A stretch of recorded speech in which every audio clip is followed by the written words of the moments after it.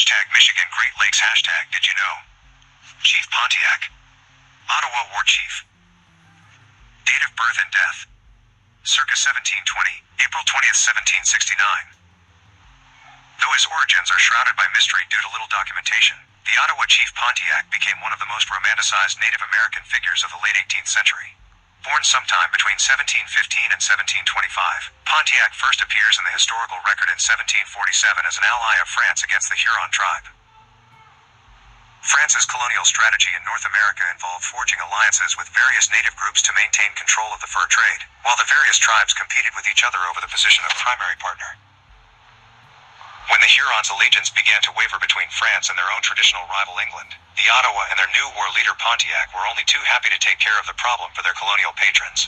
Pontiac and the Odawa continued to support France during the French and Indian War, 1754 to 1763, and during the conflict, a British major named Robert Rogers claimed to have met the warrior during the siege of the French fort at Detroit. Rogers later became an unofficial promoter for Pontiac and is one of the men responsible for his legend. Following the end of the French and Indian War, and the British conquest of France's North American territories, much of the British policy towards Native Americans was decided by General Geoffrey Amherst, the man who captured Montreal during the war. Amherst abandoned the French policies of gift-giving that many Native Americans were used to, and Amherst refused to treat France's former allies as the autonomous entities that they considered themselves. British colonists also began entering these territories in larger numbers than the French ever did.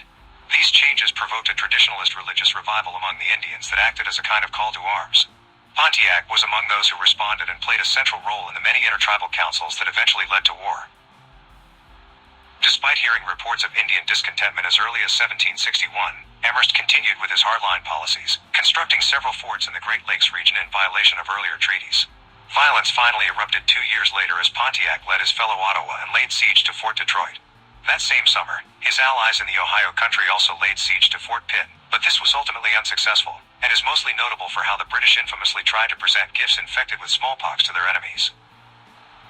Though the plan was not particularly effective, it remains a striking example of early modern biological warfare. On July 31, 1763, the British attempted to break the siege, but Pontiac defeated them at the Battle of Bloody Run. The siege of Fort Detroit ended in failure, however, and Pontiac retreated into Illinois country, where his role transitioned from leading his warriors into battle to maintaining his loose coalition against the British.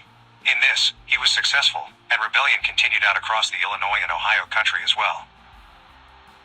Despite maintaining military dominance, British occupation of the rebellious territories failed to stem the tide of low-level violence, and so in 1766, Superintendent of Indian Affairs Sir William Johnson met with Pontiac to end the hostilities. In exchange for peace, the British pledged to adopt some of France's old policies when dealing with Native American tribes and promised to halt further settlement of the area, as coincidentally, the Royal Proclamation of 1763 formally banned any further colonization west of the Appalachian Mountains. As with his early life, Pontiac's life after the war is poorly documented. The only major event appears to have been an investigation into his role in the death of an English child during the siege of Fort Detroit, which ended inconclusively for lack of evidence. It is also clear that Pontiac lost much of his influence as peace returned, showing that his skills in wartime statesmanship were no longer needed. Pushed to the margins of society even by his own tribe, Pontiac lived the rest of his days in the French-speaking town of Cahokia, Illinois, where an anonymous warrior from the Peoria tribe assassinated him in what was likely a personal dispute. Pontiac was far from the only Native American leader in the war that bears his name, but his early successes, including his highly visible role as a diplomat, did cause the British to look to him as the central figure of the conflict. In addition, Robert Rogers, the British soldier he met during the French and Indian War, composed a short play about the warrior called Pontiac, or the Savages of America, which undoubtedly added to his legend. He has also lent his names a number of towns in both the United States and Canada. Most famously, the story of Pontiac inspired an automobile brand name for the General Motors Company, which is based in Detroit. Hashtag Alcation, hashtag the more you know, hashtag Michigan Chicago did you know? Jean-Baptiste Point DuSable, a historical account of an immigrant's entrepreneurial spirit, by Beverly Beyer. Let's harken back to the 18th century and to a man known today as the father of Chicago. That man was born in the San Marc, also written Saint Marc and San Marc, region of Haiti in 1745. His mother was a free, so-called, African slave and his father a white French seaman who owned a fleet of ships. His name was Jean-Baptiste Point DuSable. You might also see his surname written as Point DuSable, Point DuSable, or Point DuSable among others. DuSable's journey to America was no easier than today's immigrants. In fact, it was much more difficult because slavery had not yet ended. It is believed that his mother was killed when the Spaniards raided their Haitian town in 1755. The then 10-year-old DuSable had to swim out to sea to the refuge of one of his father's ships. His father eventually took him to France where he gained an education. After his education, Jean-Baptiste was working on one of his father's ships, which had traveled from Haiti to the French-occupied territory of New Orleans. The ship got damaged and began to sink. Though injured, DuSable and his childhood friend, Jacques Clemorgan, swam to land only to find that the Spanish had taken control. DuSable's free papers, also called identity papers, were lost in his flee for safety. Fortunately, French Jesuits came to his rescue from possible enslavement. Still saddled with feelings of vulnerability, and seated with a desire for exploration, he and his friend Clemorgan decided to head north for safer territory. Before embarking on their journey, they met and befriended a Choctaw Indian from the Great Lakes region, who worked at a Catholic mission. The Choctaw decided to join them on their trek along the Mississippi River. He taught them how to trap animals as well as other survival techniques. Later in springtime, they met Chief Pontiac, leader of the Great Lakes tribes. Impressed with their skills, he welcomed them into his territory and taught them more about the wilderness lifestyle.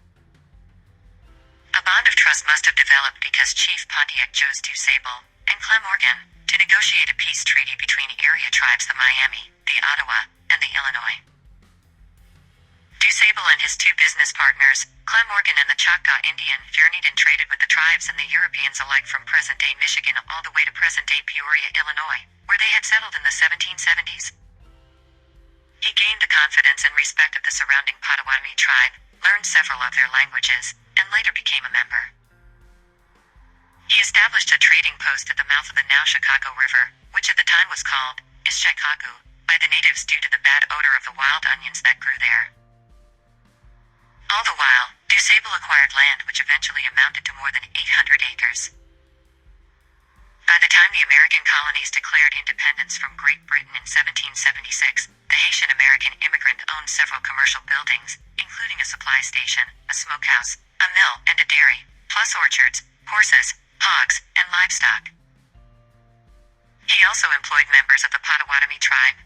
Besides the indigenous Indian tongues, DuSable was also versed in French, Spanish, and English. Mastery of those dialects and languages allowed him to do business with everyone in the region, including the white British and French pioneers, trappers, and others from America and Canada who passed through the area. It led to the Indians titling him the Black Chief.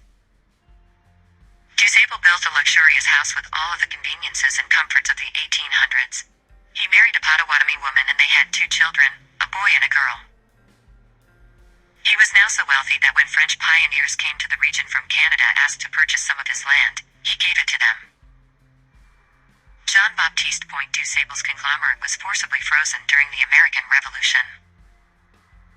In 1778, the British Army actually built a fort on his land, accused him of being a French spy, and held him a political prisoner because he was a free, highly educated, rich black man. Amusingly, the French did not trust him either, and for the same reasons. Of course, neither side was able to prove those incendiary assertions. When the war ended, the industrious Point DuSable revived his entrepreneurial spirit, and he and his family reclaimed their land and businesses in 1784. Records show that in 1800 Jean-Baptiste sold the business to one of his employees, who later sold it to someone else. Some historians write that he was grieving the passing of his wife and son at the time of the first sale. Others write he made a purchase in what is now Peoria while his wife was still alive and moved to St. Louis, Missouri after her death to live with his daughter. Whatever the true story, and maybe neither story is true, DuSable can still be heralded as the example of an immigrant of color from a poor, third-world country who came to this United States of America, struggled yet worked hard, and built a great life for himself and his family. Once recognized as the first person, black or white, to settle in Chicago, Jean-Baptiste Point DuSable was given multiple honors for his achievements in those perilous times. Some of the honors bestowed on the father of the Chi include the creation of the 1968 DuSable Museum of African American History on Chicago's South Side, the the 1976 designation of his home site as a National Historic Landmark, and the construction of a 2009 bronze bust donated by a Haitian family who founded the DuSable Heritage Association near his former home on Michigan Avenue. DuSable may have been one of the first, but today's immigrants, and I refer specifically to immigrants of color, still carry that pioneering and industrialist spirit of hard work, despite what others may have you believe, or they would not be immigrants. There are exceptions to every rule, of course. The United States of America touts itself as the land of opportunity. That's an attractive proposition for anyone who wants to do better for themselves and their family regardless of color, race, ethnicity, or religion. If America is now choosing to be something else, that moniker needs to change as well.